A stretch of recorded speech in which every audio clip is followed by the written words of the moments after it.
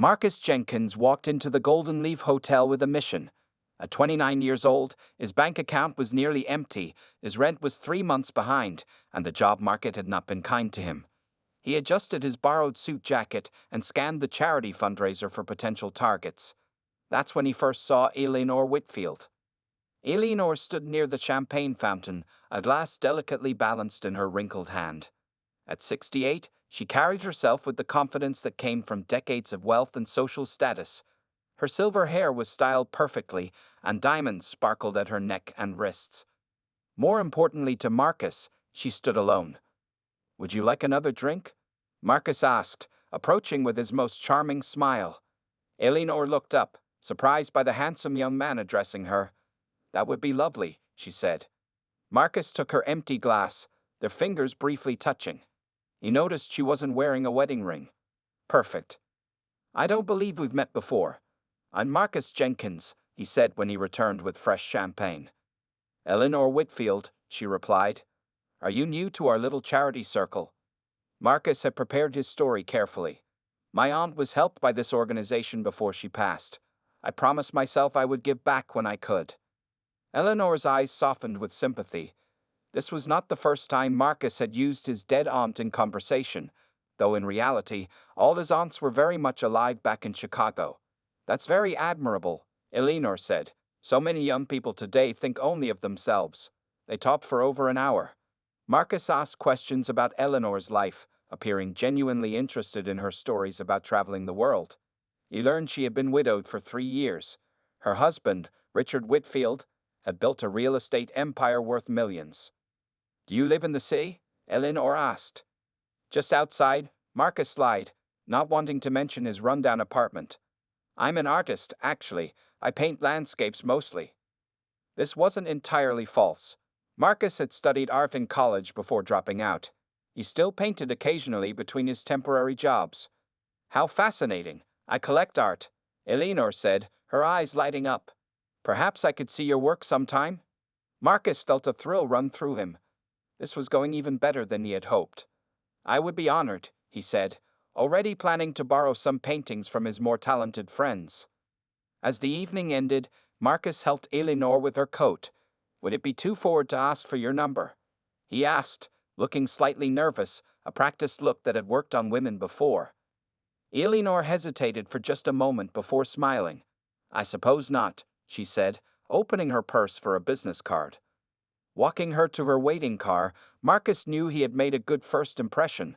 When Eleanor's driver opened the door for her, she turned to Marcus one last time. "It was refreshing talking to you, Marcus. Do call me." "I definitely will," he promised, watching as the expensive car pulled away. Back in his apartment that night, Marcus researched everything he could find about Eleanor Whitfield. Her late husband had left her with a fortune of over $40 million. She owned homes in 3 states. She had 2 adult children who lived overseas. Marcus smiled as he jotted down notes. This would take time and careful planning, but Eleanor Whitfield could be the answer to all his problems. He would need to be patient, charming, and completely convincing. "Just a few months," he whispered to himself. "Just a few months, and I'll never worry about money again." Over the next 3 months, Marcus worked his plan with the precision of a master chess player. After their first official date at an upscale restaurant that cost him nearly his last dollars, he began carefully building what Eleanor believed was a genuine relationship. Marcus called Eleanor every evening at exactly 7:30 p.m. She came to expect and look forward to these calls, where he would ask about her day and share stories about his supposed art projects. He researched topics she enjoyed and memorized details about fine wines and classical music to impress her. "You're unlike any young man I've ever met," Eleanor told him after he correctly identified a Bach concerto playing in a cafe they visited. "So cultured for someone your age." Marcus smiled, not mentioning the hours he had spent watching YouTube tutorials on classical music appreciation. "I've always believed in expanding my horizons," he said, reaching for her hand across the table. When Eleanor invited Marcus to her mansion for the first time, he whistled softly as he drove through the iron gates. The house was even more impressive than he had imagined. 3 stories of elegant architecture surrounded by perfectly maintained gardens. Inside, original artwork hung on every wall, and the furniture looked like it belonged in a museum. "This is quite a home," Marcus said, trying not to stare at what was clearly an original Monet in the hallway. "It feels so empty since Richard passed," Eleanor replied. "That's why I've been spending more time at charity events. The silence can be overwhelming." Marcus saw his opportunity and placed a gentle hand on her shoulder. No one should feel lonely in their own home. 2 weeks later, Marcus invited Eleanor to his studio, actually his friend Jamal's apartment that he had borrowed for the day.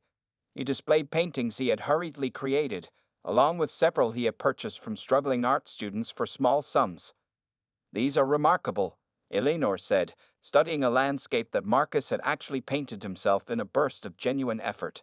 "You have real talent, Marcus." "Coming from a collector like yourself, that means everything," he replied, feeling an unexpected twinge of pride at her genuine admiration. As their relationship progressed, Marcus began leaving small gifts on Eleanor's doorstep: wildflowers with handwritten poems, books by authors she mentioned liking, and small sketches he made of places they had visited together. These tokens cost him little but impressed Eleanor greatly.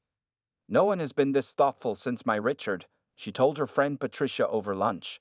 "And Marcus makes me feel young again." Patricia frowned with concern. "Isn't he a bit young for you, Ellie? What could he possibly want with a woman your age?" Eleanor dismissed her friend's worries. "Not everyone is obsessed with money, Patricia. We connect on an intellectual level." Meanwhile, Marcus kept a detailed journal of his progress with Eleanor. In it, he noted her reactions to different approaches, when she seemed most receptive to affection, and most importantly, casual mentions she made about her finances. "Mentioned beach house in Florida today," one entry read. "Worth investigating. Also spoke about investment portfolio, needs to introduce me to financial advisor." On their 3-month anniversary, Marcus took Eleanor to the botanical gardens. As they walked among exotic flowers, he stopped suddenly, taking both her hands in his.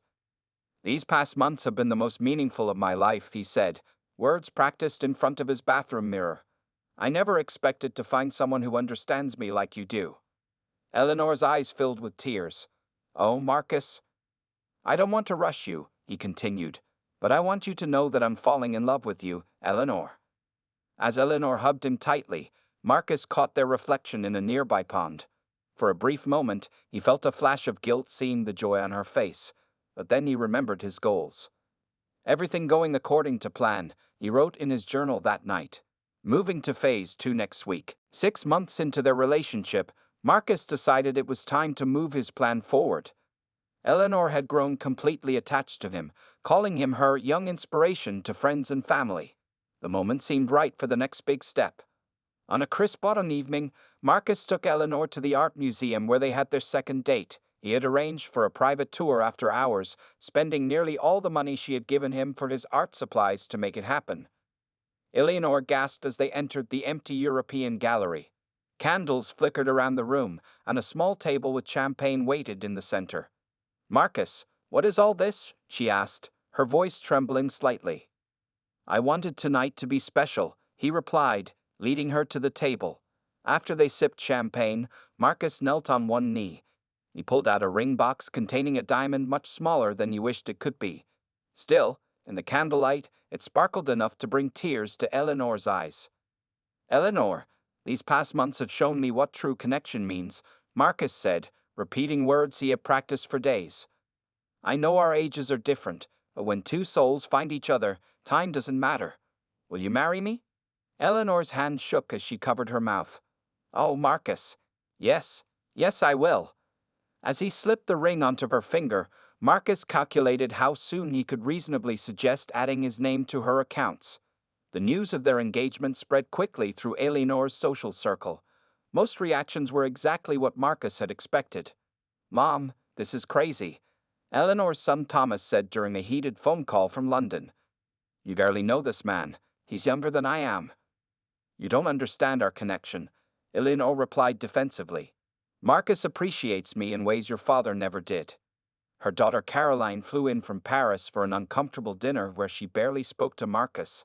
When Eleanor left to use the restroom, Caroline leaned across the table. "I don't know what your game is," she whispered harshly, "but if you hurt my mother, I will make you regret it." Marcus smiled calmly. "I only want to make Eleanor happy. Isn't that what we all want? Despite her children's objections, Eleanor insisted on a quick wedding. At my age, dear, there's no point in waiting, she told Marcus. In truth, Marcus had gently pushed for this, suggesting they not waste precious time they could spend together. The wedding was small but elegant, held in the garden of Eleanor's mansion. Only 20 guests attended, mostly Eleanor's old friends who smiled politely at Marcus while whispering behind their hands. Marcus invited only 2 friends who knew nothing of his true plans. Eleanor wore a cream-colored silk dress that complemented her silver hair. Marcus wore a custom suit she had bought him as an engagement gift. As they exchanged vows, he looked deeply into her eyes, amazed at how easy it was to say, "I love you," convincingly. At the reception, Eleanor's financial advisor cornered Marcus by the cake table. "Eleanor mentioned you'll be coming in to discuss joining her accounts," he said, studying Marcus carefully. "She's quite taken with you." "I just want what's best for my wife," Marcus replied, emphasizing the word wife with satisfaction. That night, in the master bedroom that was now partly his, Marcus held Eleanor until she fell asleep. Then he slipped out of bed and went to the study. He opened his secret email account and wrote to his longtime friend Darren. "Phase 3 complete. I'm in. House is even more impressive than I thought. She's already talking about putting my name on the summer home deed. Give me 6 months, and we'll be set for life." As Marcus returned to bed, Eleanor stirred and reached for his hand. "I'm so happy, Marcus," she murmured sleepily. "Me too, sweetheart," he replied, squeezing her hand gently. "The best is yet to come." 2 months into their marriage, Marcus had settled comfortably into his new role. He woke each morning in the massive master bedroom of Eleanor's mansion, surrounded by luxury he had only dreamed of before. His closet now held designer clothes, his wrist displayed an expensive watch, and a new sports car sat in the garage, all gifts from his adoring wife. "You deserve nice things," Eleanor had insisted when he pretended to refuse the car. "What's mine is yours now." Not quite everything, though. Marcus had discovered that Eleanor's main accounts and investments remained solely in her name.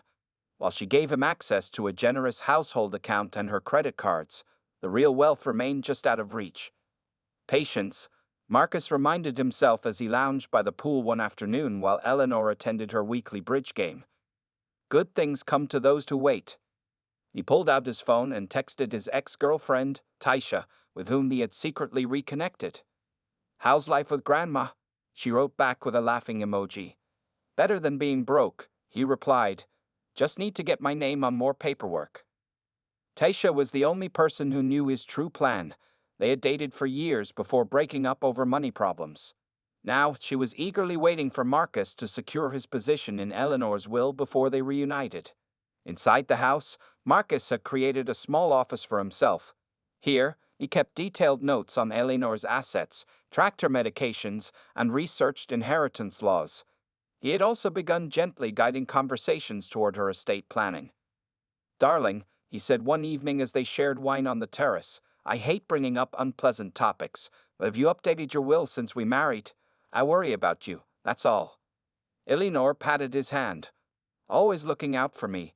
"Yes, my lawyer is working on it now. I want to make sure you're taken care of if anything happens." This was exactly what Marcus wanted to hear. He kissed her wrinkled cheek, hiding his excitement. Life wasn't all scheming, though. Marcus had to earn his keep.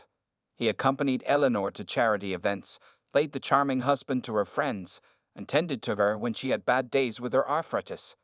Some nights, he had to be intimate with her, which he endured by closing his eyes and thinking of the millions waiting for him. "You've made me feel young again," Eleanor often told him, her eyes full of genuine love that sometimes made Marcus feel a flicker of guilt. The guilt never lasted long. Whenever it surfaced, Marcus reminded himself of his childhood in poverty, of sleeping in a car when his mother couldn't pay rent, of watching rich people throw away more than his family ever had. One rainy Tuesday, while Eleanor visited her doctor, Marcus decided to explore areas of the house he rarely entered. In her private study, he found a filing cabinet with financial documents. Eagerly, he photographed statements showing accounts he hadn't known about, offshore investments worth millions. Later that week, Eleanor's financial advisor came for their quarterly meeting. Marcus sat beside Eleanor, paying careful attention. Your portfolio is performing excellently, the advisor said. The new trust funds you established are secure. Trust funds? Marcus asked casually. You didn't mention those, dear. Eleanor smiled. Just making sure everything is organized properly. I'll explain later. That night, Marcus sent several documents to a friend who worked at a bank. Need your eyes on these, he wrote. How can I get added as beneficiary? As he sent the message, Eleanor called from the bedroom. Marcus, could you bring my pills? My back is acting up tonight. Coming, sweetheart, he called back, quickly hiding his phone. As he helped Eleanor with her medication, she looked up at him lovingly. What would I do without you? She asked. You'll never have to find out, Marcus replied, kissing her forehead while calculating how soon he could suggest meeting with her lawyer. On their 6-month wedding anniversary, Marcus surprised Eleanor with breakfast in bed. He arranged fresh-cut flowers on the tray and served her favorite blueberry pancakes. His thoughtfulness brought tears to her eyes. You spoil me, Marcus, she said, reaching for his hand. You deserve it all, he replied, meaning none of it. Later that day, while Eleanor attended her monthly charity board meeting, Marcus used the empty house to make phone calls, first to Taisha, then to a real estate agent about properties in Miami. I'll have the funds within a year, he told the agent. Just keep me updated on beachfront listings. Marcus didn't notice Eleanor's personal assistant, Mabel, walking past the office door. Mabel, who had worked for Eleanor for 15 years, slowed her steps to listen. She had never trusted Marcus and his sudden appearance in Eleanor's life. That evening, Eleanor seemed quieter than usual during dinner. Marcus attributed it to tiredness from her meeting. Is everything all right, dear? He asked, refilling her wine glass. Just thinking about some things, she replied with a small smile. The next morning, Eleanor left early for what she called a spa day with the girls.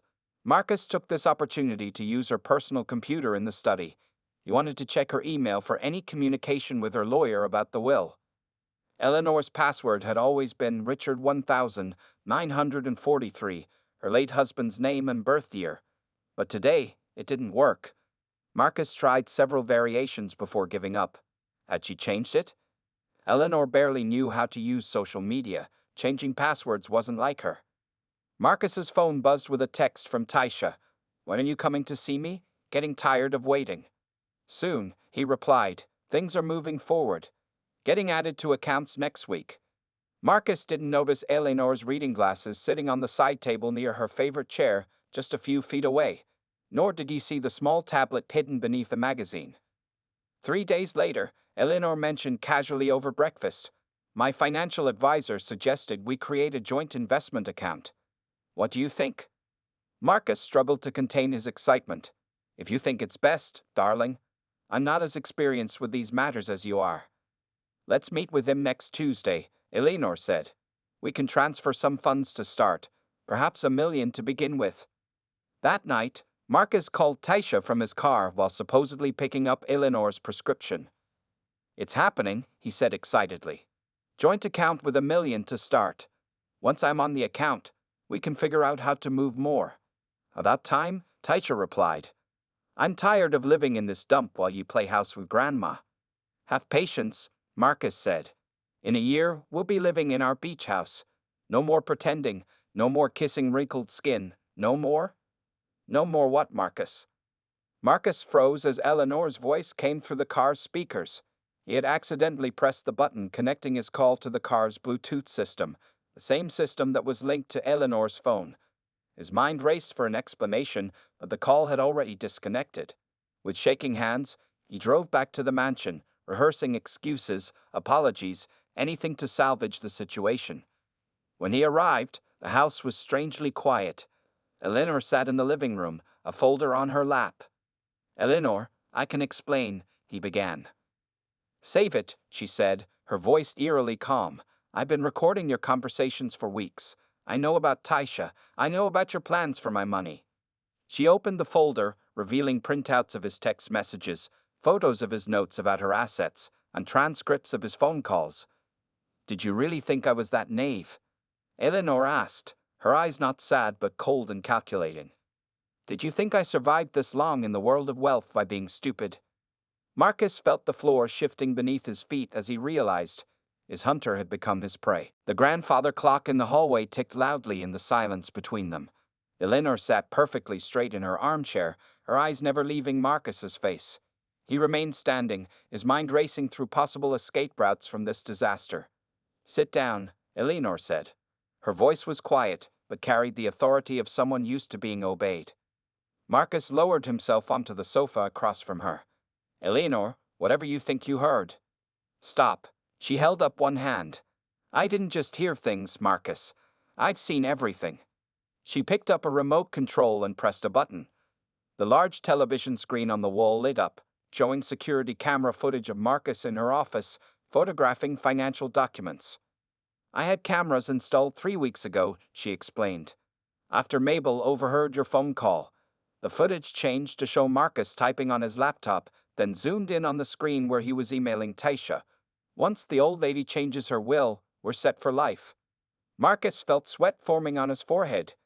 "This is just a misunderstanding." "Is it?" Eleanor pressed another button. Marcus's own voice filled the room. "I can't stand touching her. It's like caressing a leather handbag. But for $40 million, I'd kiss a corpse." Marcus recognized the conversation he'd had with Darren last week. He had been in the pool house, certain he was alone. "You've been spying on me," he said, trying to sound indignant rather than terrified. Eleanor laughed, but there was no humor in it. "Spying? In my own home? On my husband who is plotting to steal my fortune?" She shook her head. "I call it due diligence."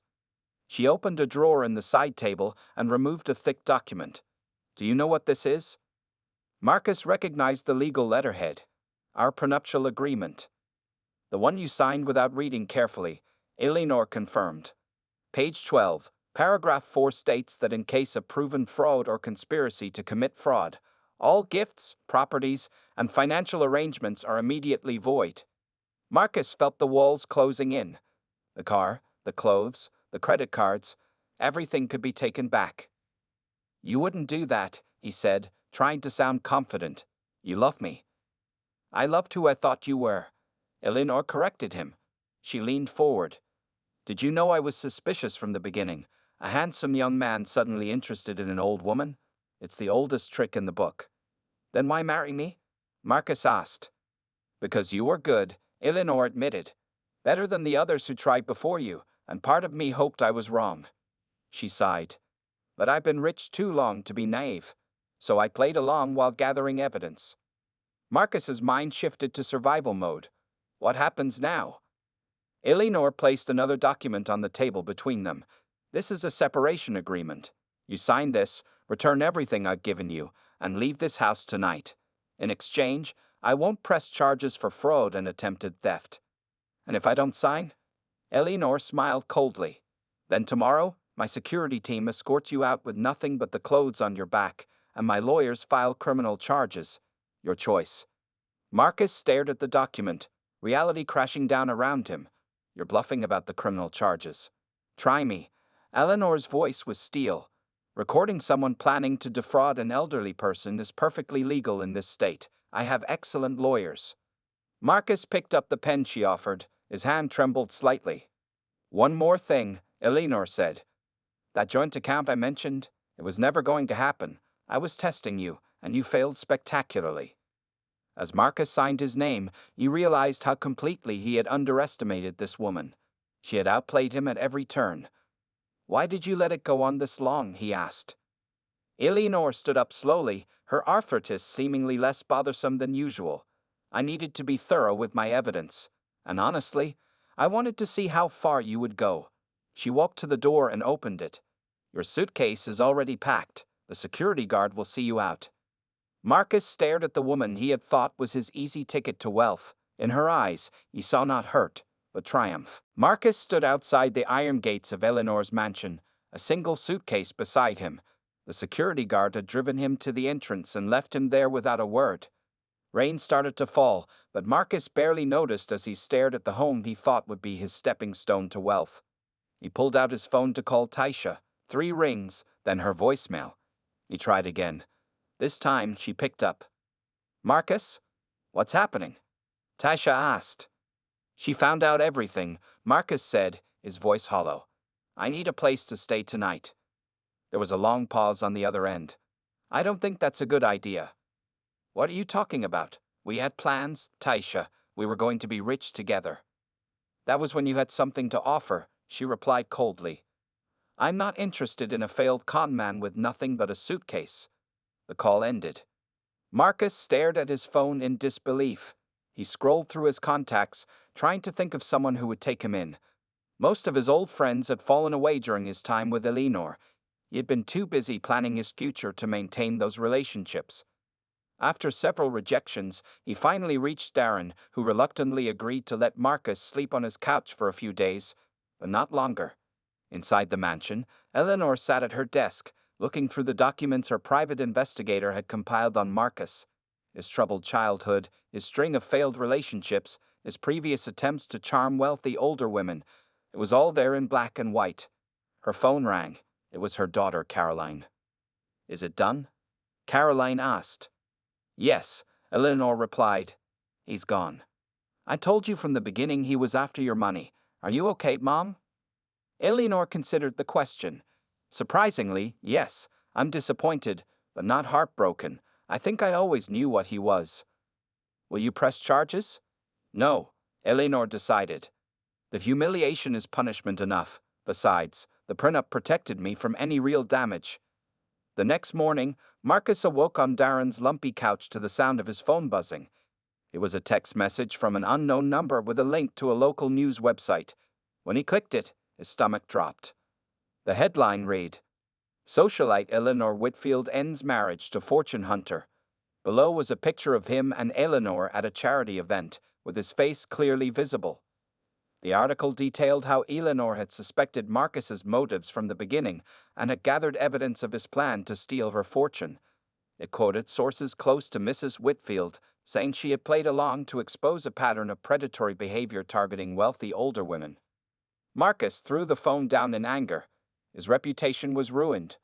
No wealthy woman in the city would fall for his charm now. Later that day, a courier delivered an envelope to Darren's apartment. Inside was a document from Eleanor's lawyer, along with a check for $5,000.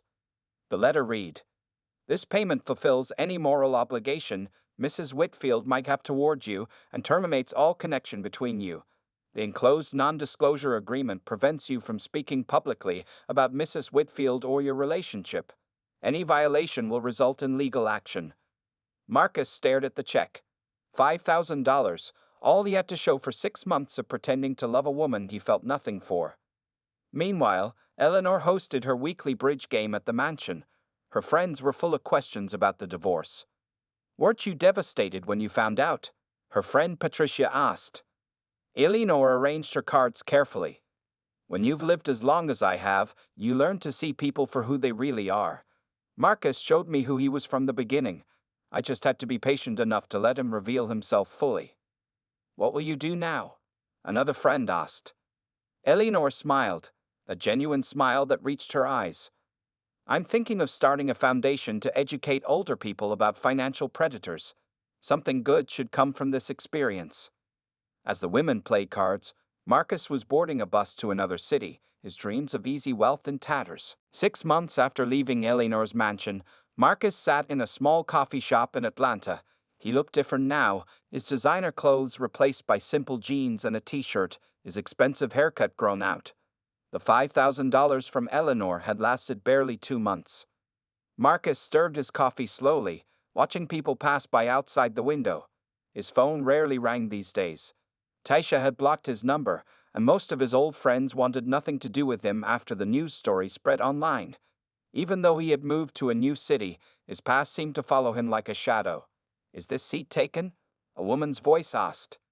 Marcus looked up to see an older woman, perhaps in her 60s, pointing to the chair across from him. For a moment, old habits kicked in. He noticed her expensive watch, her well-made clothes, the designer purse. His mind automatically calculated her potential worth. It's free, he said, gesturing for her to sit.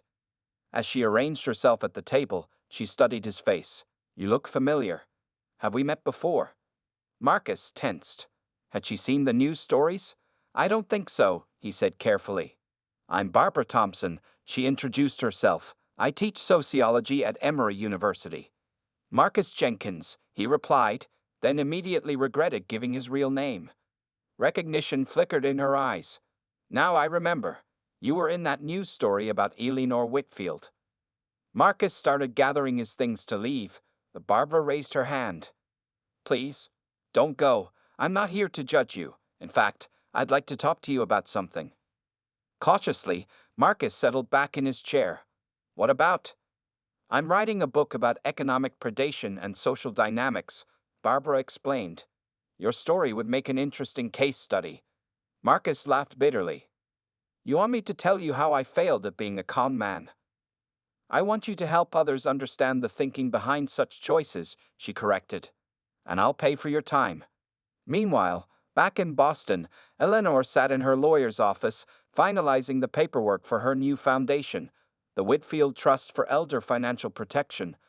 The scandal of her brief marriage had faded from society gossip, replaced by admiration for how she had turned a personal humiliation into a public service. The first educational workshops will begin next month, she told her lawyer.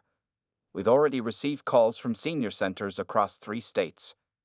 You've created something remarkable from an unfortunate situation, her lawyer commented.